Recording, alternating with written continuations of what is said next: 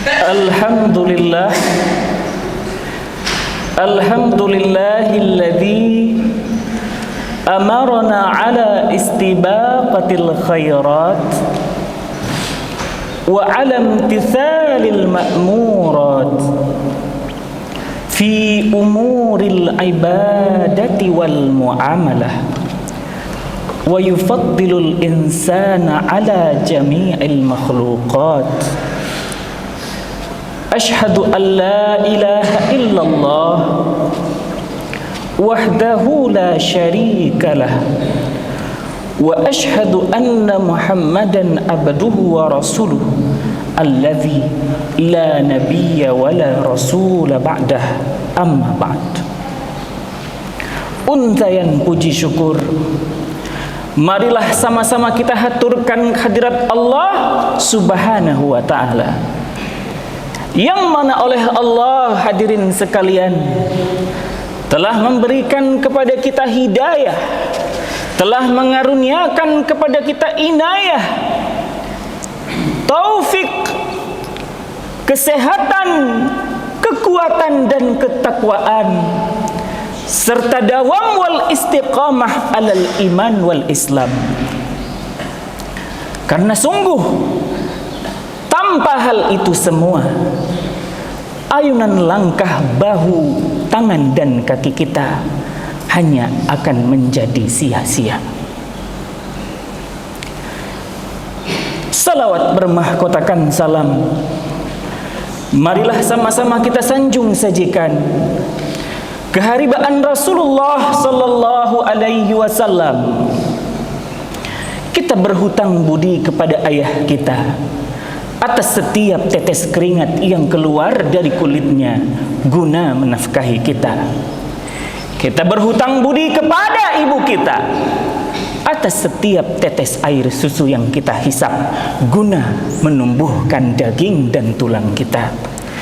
Kita juga berhutang budi kepada ibu kita atas setiap tetes darah nifas yang keluar dari tubuhnya karena melahirkan kita. Tapi sungguh hutang kita kepada Rasulullah sallallahu alaihi wasallam jauh lebih besar jika dibanding hutang kita kepada kedua orang tua kita. Karena andai saja Rasulullah sallallahu alaihi wasallam tidak diutus menjadi rasul, sungguh jarak kita dengan neraka Allah teramat dekat. Jarak kita dengan murka Allah pun teramat dekat. Namun berkat beliaulah kita selaku hamba Allah yang beriman dan bertakwa semakin jauh dari murka Allah dan jauh dari neraka Allah. Maka sudah sepatutnya dan seyogianya, hadirin, kita basahi lidah kita dengan salawat demi salawat yang kita ucapkan kepada Rasulullah sallallahu alaihi wasallam. Ma'asyiral muslimin, sidang jamaah Jumat yang dirahmati Allah Subhanahu wa ta'ala. Kita hidup di tahun 2022, era 5.0 katanya. Teknologi ada di mana-mana. Teknologi sudah mendominasi. Maka pantas kiranya sudah ramai pengajian yang mulai sepi. Banyak orang tidak lagi menyebutkan nama nabi-nabi. Mereka cenderung kagum dan mengidolakan aktor-aktor yang beraksi di layar televisi. Padahal kurang lebih 1800 tahun lalu Allah Subhanahu wa ta'ala sudah meninggalkan sebuah edukasi yang termaktub di dalam Al-Quran guna kita jadikan pelajaran dan pedoman di dalam kehidupan. Jika kita teliti, hadirin saudara-saudaraku sekalian, sungguh permasalahan dan problematika kehidupan yang kita lalui dan alami, solusinya sudah Allah Subhanahu wa ta'ala berikan melalui kisah-kisah nabi-nabi terdahulu. Namun sayangnya sedikit orang yang mampu melihat ini, dan kebanyakan mata luput untuk mempelajari solusi tersebut. Mumpung kita masih berada di momen Zulhijjah, mari sama-sama kita kaji kembali pelajaran apa yang ditinggalkan oleh Sayyidina Ibrahim alaihissalam, Sayyidina Ismail alaihissalam, dan Sayyidah Hajar alaihissalam untuk kita semua. Karena sungguh mereka itu basyarum mithluna, mereka itu manusia seperti kita. Jadi tidak ada alasan untuk mengatakan mereka itu kan nabi, mereka itu kan rasul, mereka itu kan istri rasul. Toh siapa saya, hamba Allah yang hina dan penuh dosa? Tidak mungkin bisa seperti mereka. Sungguh statement yang seperti ini adalah statement yang dangkal nan pici, yang seharusnya tidak keluar dari lisan hamba-hamba Allah yang beriman dan bertakwa. Maka izinkan saya, hadirin sekalian, menguak beberapa pelajaran itu. Mungkin beberapa di antara kita sudah mendengarnya berbelas-belas kali, bahkan berpuluh-puluh kali. Tapi ingat, al-iman yazidu wa yanqus. Iman itu terkadang bertambah dan berkurang. Maka tidak salahnya kita mendengar dan menyimak kembali pelajaran itu. Pelajaran yang pertama yang ingin khatib sampaikan, yang dapat kita pelajari dari kisah keluarga nan bahagia tersebut adalah berhusnuzon kepada Allah Subhanahu wa ta'ala. Banyak orang di zaman sekarang gusar, bingung, galau istilah anak zaman sekarang, hang istilah anak zaman 2000-an. Bukan karena sedikitnya nikmat Allah yang Allah berikan kepada mereka, tapi karena tipisnya husnuzon mereka kepada Allah Subhanahu wa ta'ala. Mari kita lihat bagaimana Nabi Ibrahim alaihissalam beserta keluarganya mampu berhusnuzon kepada Allah, walaupun ujian dan cobaan yang diberikan kepada mereka sedikit tidak dapat diterima oleh akal sehat. Suatu malam Nabi Ibrahim bermimpi bahwa ia harus menggiring dan membawa istri serta bayi kesayangannya ke sebuah lembah tandus yang tidak ditumbuhi oleh tumbuhan. Keesokan harinya ia pun membawa istrinya dan bayinya serta perbekalan yang dianggap cukup. Setelah sampai di sana, beberapa waktu kemudian Nabi Ibrahim pun meninggalkan istri dan anaknya. Wajar jika seorang perempuan khawatir dan gusar ditinggal sendirian oleh sang suami di tempat yang tidak berpenghuni. Pada saat itu Sayyidah Hajar alaihissalam bertanya, "Ya Ibrahim, atatrukuna bil wadil ladzi laisa fihi anisun wala syai'?"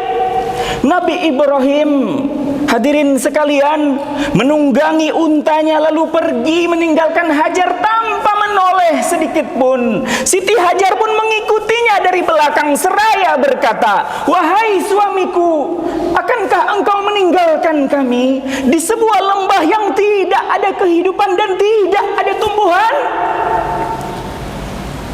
Karena tidak kuat menahan rasa sedih, Nabi Ibrahim tidak menjawab pertanyaan itu. Berulang kali pertanyaan itu ditanya oleh Hajar, hingga Hajar pun mengerti dan memahami seraya berkata, "Allahu amaraka bihada." Wahai suamiku, apakah Allah yang memerintahkanmu untuk melakukan semua ini? Nabi Ibrahim pun menjawab, iya. Lantas apa jawaban dari istri yang sungguh dahsyat dan fenomenal itu? Idzan la yudayyi'unallah. Jika itu memang kehendak Allah, maka sungguh Allah tidak akan pernah menyia-nyiakan kita. Masya Allah, subhanallah. Perintah yang sungguh-sungguh tidak dapat diterima akal tersebut dapat diterima dengan baik karena mereka berbaik sangka kepada Allah. Allah Subhanahu wa ta'ala tidak akan menyia-nyiakan hambanya. Allah berjanji dan tidak akan mengingkari janjinya. Mari kita lihat hadirin, seorang ibu saja rela tidak tidur demi menjaga buah hatinya. Seorang ibu rela makan apa adanya demi memenuhi gizi anaknya. Konon Allah Subhanahu wa ta'ala yang menciptakan para ibu-ibu itu. Mungkinkah Allah menzalimi kita? Mungkinkah Allah Subhanahu wa ta'ala memberikan mudarat kepada kita melalui syariatnya? Mustahil, saudara-saudaraku. Maka jika kita dapat berbaik sangka dengan Allah, maka kehidupan kita akan menjadi bahagia dunia dan akhirat. Tapi sayangnya, tidak sedikit di zaman sekarang orang-orang yang menjadikan syariat Allah layaknya makanan prasmanan. Apa yang mereka anggap baik, mereka ambil, dan apa yang mereka anggap buruk, mereka tolak dengan dalih ini tidak sesuai dengan zaman sekarang. Ini tidak sesuai dengan kemajuan. Pertanyaannya, sejak kapan kita punya daya? Sejak kapan kita punya ilmu untuk menjadikan ketentuan Allah sebagai makanan prasmanan yang dengan seenaknya kita pilih dan kita buang? Na'udzubillah.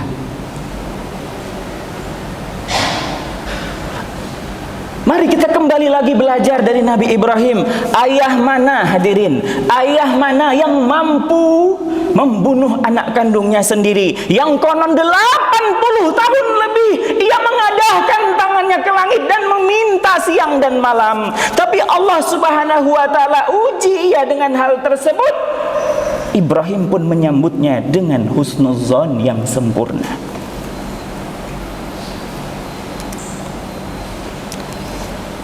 Berhusnuzonlah kepada Allah. Sulit memang, dan sangat sulit. Tapi Nabi Ibrahim membuktikan kepada kita bahwa ia mampu merealisasikan hal itu. Anak kecil yang bernama Ismail pun mampu. Mungkin hadirin sekalian, kita sering mendengar bahwa dialog antara Nabi Ibrahim dan Ismail terhenti di dalam Al-Quran, di mana ketika Nabi Ibrahim bertanya, inni ara fil manami anni adzbahuk fanzur madza tara. Selama ini kita mendengar bahwa dialog Nabi Ibrahim dengan Nabi Ismail sebatas Nabi Ibrahim bertanya kepada anaknya, wahai anakku, aku melihat di mimpiku aku menyembelihmu, maka apa pendapatmu? Nabi Ismail pun menjawab, lakukan wahai ayahku, satajiduni insyaallah minas sabirin. Lakukan apa yang diperintahkan Allah, dan niscaya dirimu wahai ayahku akan menemukan aku tergolong ke dalam golongan orang-orang yang bersabar. Ternyata dialog ini masih berlanjut, dan dialog atau kelanjutan dialog ini ditulis oleh Imam Ibnu Katsir di dalam kitab Al-Bidayah wan Nihayah. Apa lanjutan dari dialog itu? Nabi Ismail alaihi salam berkata, ya abati ushdud ribati hatta la attarib. Wahai ayahku, kuatkanlah tali yang mengikat kaki dan tanganku hingga aku tidak bergetar, yang nantinya aku takutkan getaran dari tubuhku itu akan menyebabkan darahku muncrat ke pakaianmu. Fayangkusa ajri fatarahu ummi fatahzan. Aku takut jika darahku muncrat ke pakaianmu, maka pahalaku nanti akan berkurang, dan darah itu akan dilihat oleh ibuku dan dia akan bersedih. Masya Allah. Berhenti sampai di situ, hadirin sekalian? Tidak. Nabi Ismail dengan tegas mengatakan, wahai ayahku, tajamkan pisau itu hatta asra'a ayyakuna ala halqi. Tajamkanlah pisau itu agar pisau itu dapat sesegeranya menggorok leherku, ayahku.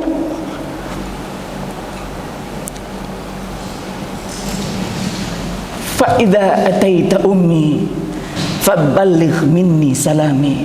Terakhir Nabi Ismail menutup dialog itu dengan perkataan, jika aku sudah tiada nanti dan jika ibu mendatangimu, maka sampaikan salamku kepadanya.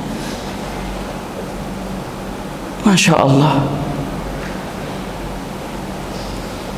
Dialog singkat itu benar-benar melibas hati kita.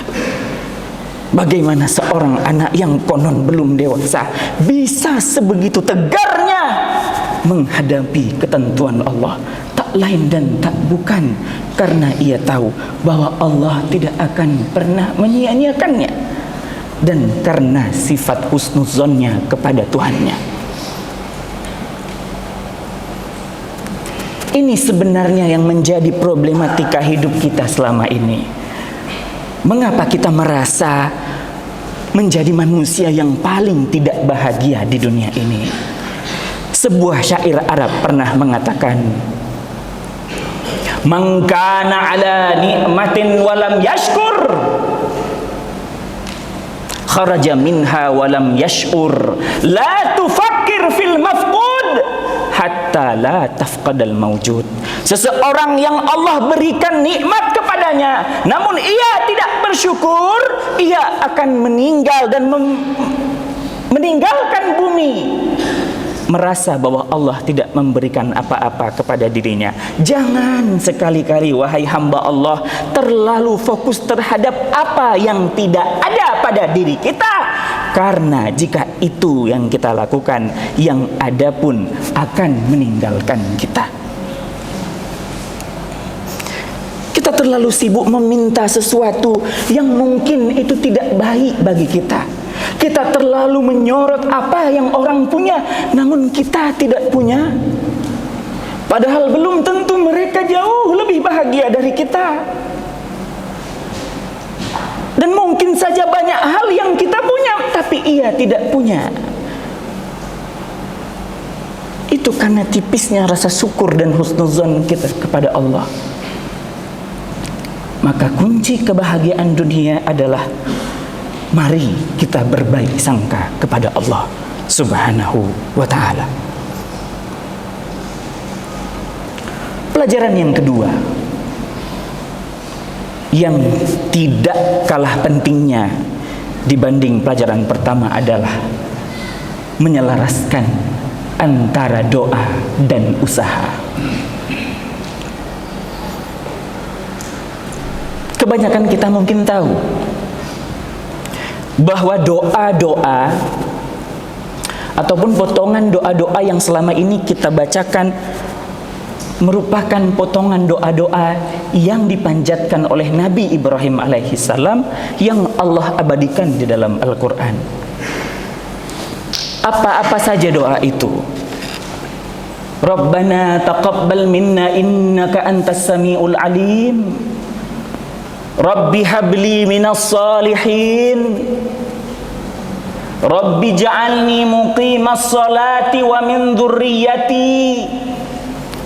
Rabbana ilaika tawakkalna wa ilaika anabna wa ilaikal masir.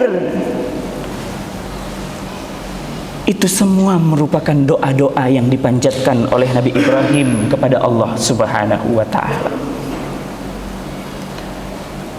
Kita mungkin masih ingat kisah di mana Siti Hajar alaihissalam berlari-lari kecil dari Bukit Safa ke Marwah, atau yang dikenal dengan istilah sa'i. Sadarkah kita bahwa sa'i berasal dari kata sa'yu yang bermakna usaha dan bekerja? Pada saat itu Allah Subhanahu wa taala telah menakdirkan sebuah peristiwa di mana peristiwa tersebut akan memunculkan sumur Zam-Zam yang sampai detik ini mata airnya dapat dinikmati oleh seluruh muslim yang ada di dunia. Apakah peristiwa itu terjadi hanya begitu saja? Apakah Siti Hajar cukup berdoa kepada Allah dan mengadahkan tangannya, "Ya Allah, aku ini istri Nabi, suamiku itu Khalilullah, anakku ini calon Nabi, turunkan air kepadaku ya Allah." Pernahkah Siti Hajar berdoa dengan doa yang demikian? Tidak pernah, hadirin. Tapi Allah Subhanahu wa taala kehendaki lahirnya sumur ini salah satunya akibat usaha dari Siti Hajar. Zaman sekarang ini Safa dan Marwah itu sudah ditutupi oleh bangunan. Saudara-saudara kita yang pernah beribadah haji atau umrah mungkin tahu, sudah dilengkapi dengan pendingin ruangan. Sebelah kanan dan kiri ada air Zam-Zam. Tapi tidak sedikit dari jemaah haji yang masih merasakan kelelahan dan keletihan. Konon 1800 tahun yang lalu, ketika Mekah masih bebatuan, panas terik menyengat, jarak antara Safa dan Marwah kurang lebih 500 meter jauhnya, 3,5 kilometer dilalui oleh seorang perempuan yang baru saja melahirkan hanya untuk mendapatkan setetes air yang konon akan ia berikan kepada anaknya. Di sini Allah Subhanahu wa taala ingin mengajarkan kepada kita untuk menyeimbangkan antara usaha dan doa.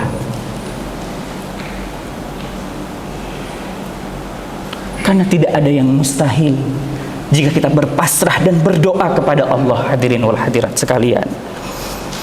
Imam Malik di dalam kitab Al-Muwatta pernah meriwayatkan bahwa Umar bin Khattab pernah berbincang dengan Abdurrahman bin Auf. Perbincangan itu pun terjadi di kota Madinah, di mana Umar bin Khattab pernah berkata kepada Abdurrahman bin Auf, "Wahai Abdurrahman bin Auf, sungguh aku selalu berdoa kepada Allah agar aku mati syahid, dan mati syahidku itu di kota Madinah." Abdurrahman bin Auf pun terkejut dan berkata, "Wahai Khalifah Umar, seharusnya jika engkau ingin mati syahid tidak di sini, tidak di kota Madinah ini, karena tidak ada peperangan yang terjadi di kota ini. Saranku, berdoalah kepada Allah agar engkau mati syahid di peperangan demi peperangan melawan musuh Allah." Namun apa kata Umar bin Khattab? "Tidak, sungguh aku ingin mati syahid di kota ini, wahai Abdurrahman bin Auf." Sejarah membuktikan doa yang terkesan hampir mustahil itu pun terjadi.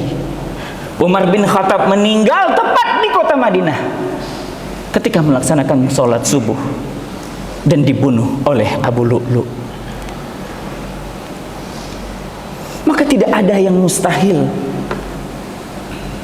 Kenapa sebegitu angkuhnya dan sebegitu congkaknya kita tidak mau mengadahkan tangan dan meminta kepada Allah Sang Maha Pemberi, agar Allah Subhanahu wa taala tidak hanya memberikan apa yang kita mau, tapi mengiringi pemberian itu dengan rasa syukur, keimanan dan ketakwaan. Subhanallah.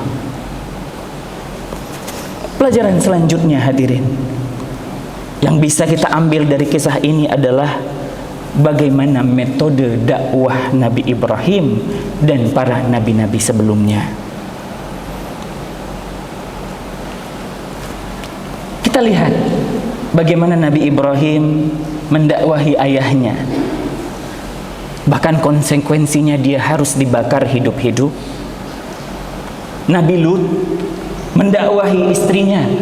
Nabi Nuh mendakwahi istri dan anaknya. Rasulullah mendakwahi paman-pamannya. Pertanyaannya, pernahkah mereka mendakwahi dengan keangkuhan dan kekerasan? Pernahkah mereka berdakwah di jalan Allah dengan kalimat-kalimat yang tidak Allah ridai? Pernahkah kita mendengar dan melihat di buku-buku mereka berdakwah dengan kalimat-kalimat yang dibenci oleh Rasulullah?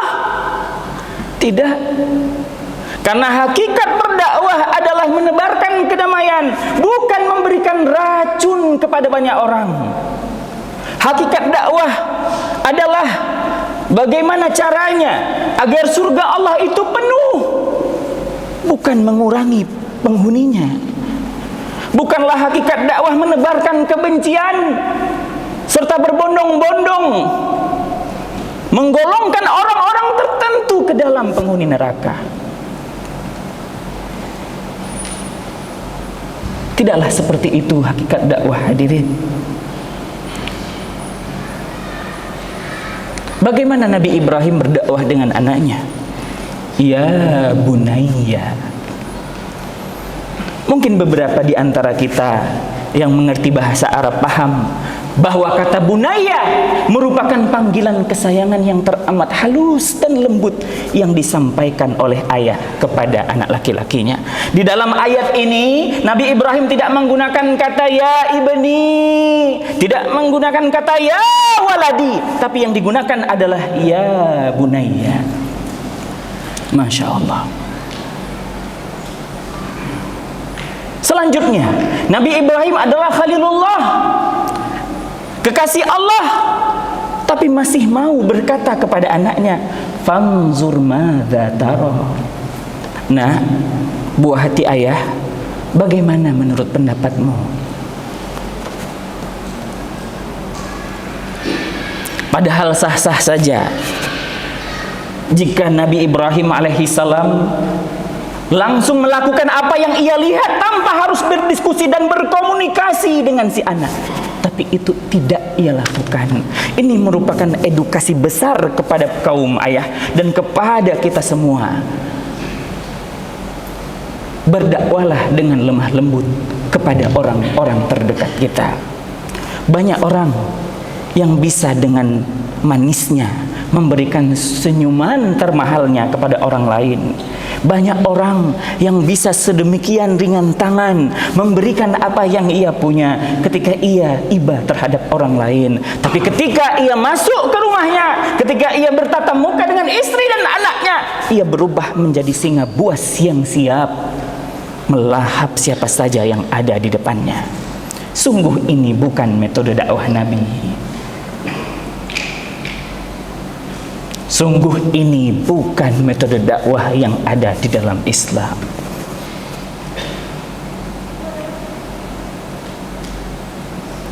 Hadirin sidang jamaah Jumat yang dirahmati Allah Subhanahu wa taala. Terakhir, beberapa pelajaran tersebut berhusnuzon, menyeimbangkan antara usaha dan doa. Metode dakwah yang benar, keseluruhan ini akan menghasilkan sebuah hasil besar, yaitu keimanan dan ketakwaan tanpa syarat dan tapi. Jika kita sudah berhusnuzon kepada Allah, jika kita sudah menyeimbangkan antara usaha dan doa, ketika kita sudah berdakwah dengan dakwah yang diinginkan oleh nabi-nabi terdahulu, maka apa yang akan kita dapatkan? Yang akan kita dapatkan adalah ketakwaan dan keimanan tanpa syarat dan tapi. Kita akan mengimani semua syariat Allah, kita akan mengimani semua ketentuan Allah tanpa syarat dan tapi. Jadi jangan merasa lebih pintar dari Allah Subhanahu wa ta'ala, karena sungguh apa yang kita punya ini hanya sedikit. Illa qalila, kata Allah. Suatu hari Imam Hazairin pernah bertanya kepada Imam Syafi'i, "Wahai Imam Syafi'i, hari ini saya ingin mengajukan beberapa pertanyaan kepadamu tentang syariat-syariat yang saya anggap tidak masuk akal di dalam benak saya." Jadi pada hari itu Imam Hazairin seolah-olah ingin protes, tidak terima dengan beberapa syariat yang dia anggap tidak masuk akal. Sebelum ia menjawab, Imam Syafi'i berkata, "Sebelum aku menjawabnya, izinkan aku bertanya. Pertama, wahai Hazairin, coba sebutkan berapa jumlah bintang-bintang yang ada di angkasa." Imam Hazairin pun terdiam dan berkata, "Aku tidak tahu, wahai Imam Syafi'i." "Jika demikian, izinkan aku bertanya lagi, terbuat dari apa bintang-bintang itu?" Ia pun berkata, "Aku tidak tahu, wahai Imam Syafi'i."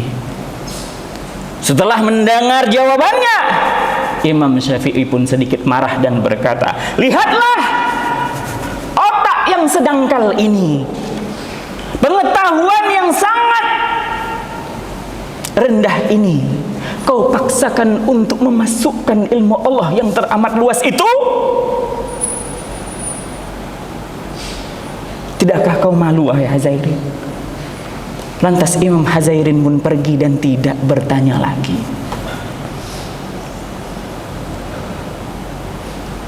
Kita masih ingat mungkin anak-anak yang lahir tahun 80 90-an, di mana ada slogan 4 sehat 5 sempurna. Kita dianjurkan untuk makan buah setelah makan berat. Itu terus berada di mindset kita. Padahal ribuan tahun yang lalu Rasulullah sudah bersabda, makanlah buah sebelum makan. Kapan ketentuan Allah itu terbukti? Baru-baru ini, baru beberapa puluh tahun yang lalu, ketika para dokter meneliti bahwa ternyata buah jauh lebih baik dikonsumsi sebelum makan ketimbang sesudah makan. Lihat, perlu ribuan tahun untuk membuktikan apa yang dikatakan oleh Rasul. Rasulullah juga sudah menegaskan untuk tidak menghardik makanan. Kita diperintahkan untuk tidak mencela makanan. Terkesan larangan itu sia-sia, tapi ternyata penelitian baru-baru ini pun membuktikan bahwa celaan dan pujian itu akan berdampak kepada makanan yang kita makan. Jika kita memuji makanan, maka ada partikel-partikel positif yang tumbuh. Namun ketika kita mencela makanan, akan banyak partikel-partikel negatif yang tumbuh. Inilah dia, hadirin.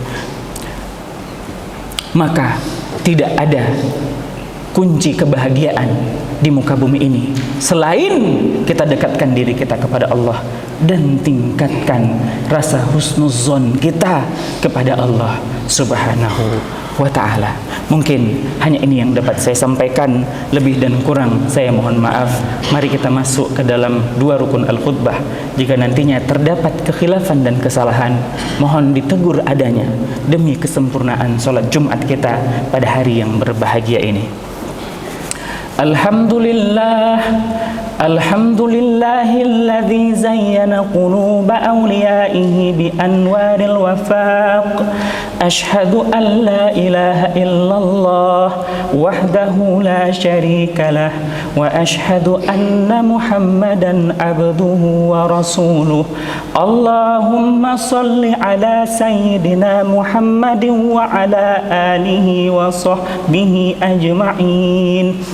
Ayyuhal hadiruna rahimakumullah, ittaqullaha wa'buduh washkuruhu ala ma an'ama alaikum wahmaduh. Wa qala Allah ta'ala fi kitabihil karim, a'udzu billahi minasy syaithanir rajim. Bismillahirrahmanirrahim. Ya ayyuhalladzina amanu taqullaha haqqa tuqatih wa la tamutunna illa wa antum muslimun. Barakallahu li wa lakum fil Qur'anil azim wa naf'ani wa iyyakum bima fihi minal ayati wa dzikril hakim. Fataqabbala minni wa minkum tilawatahu innahu huwas samiul alim.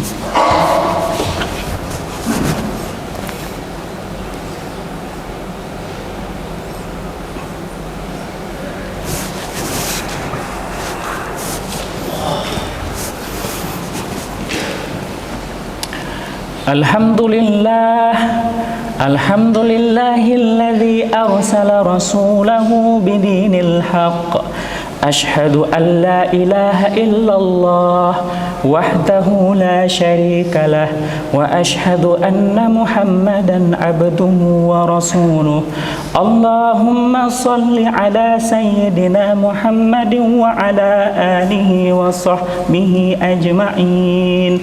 Ayyuhal hadiruna rahimakumullah, ittaqullaha wa qulu qawlan sadida yuslih lakum a'malakum wa yaghfir lakum dhunubakum wa man yuti'illaha wa rasulahu faqad faza fawzan 'azima.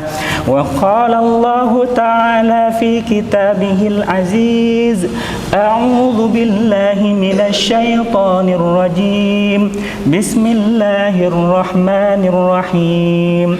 Ya ayyuhalladzina amanu isbiru wa sabiru wa rabitu wattaqullaha la'allakum tuflihun. Allahumma ighfir lil muslimina wal muslimat wal mu'minina wal mu'minat al ahya'i minhum wal amwat bi rahmatika ya arhamar rahimin. Rabbana atina fid dunya hasanah wa fil akhirati hasanatan wa qina adzaban nar.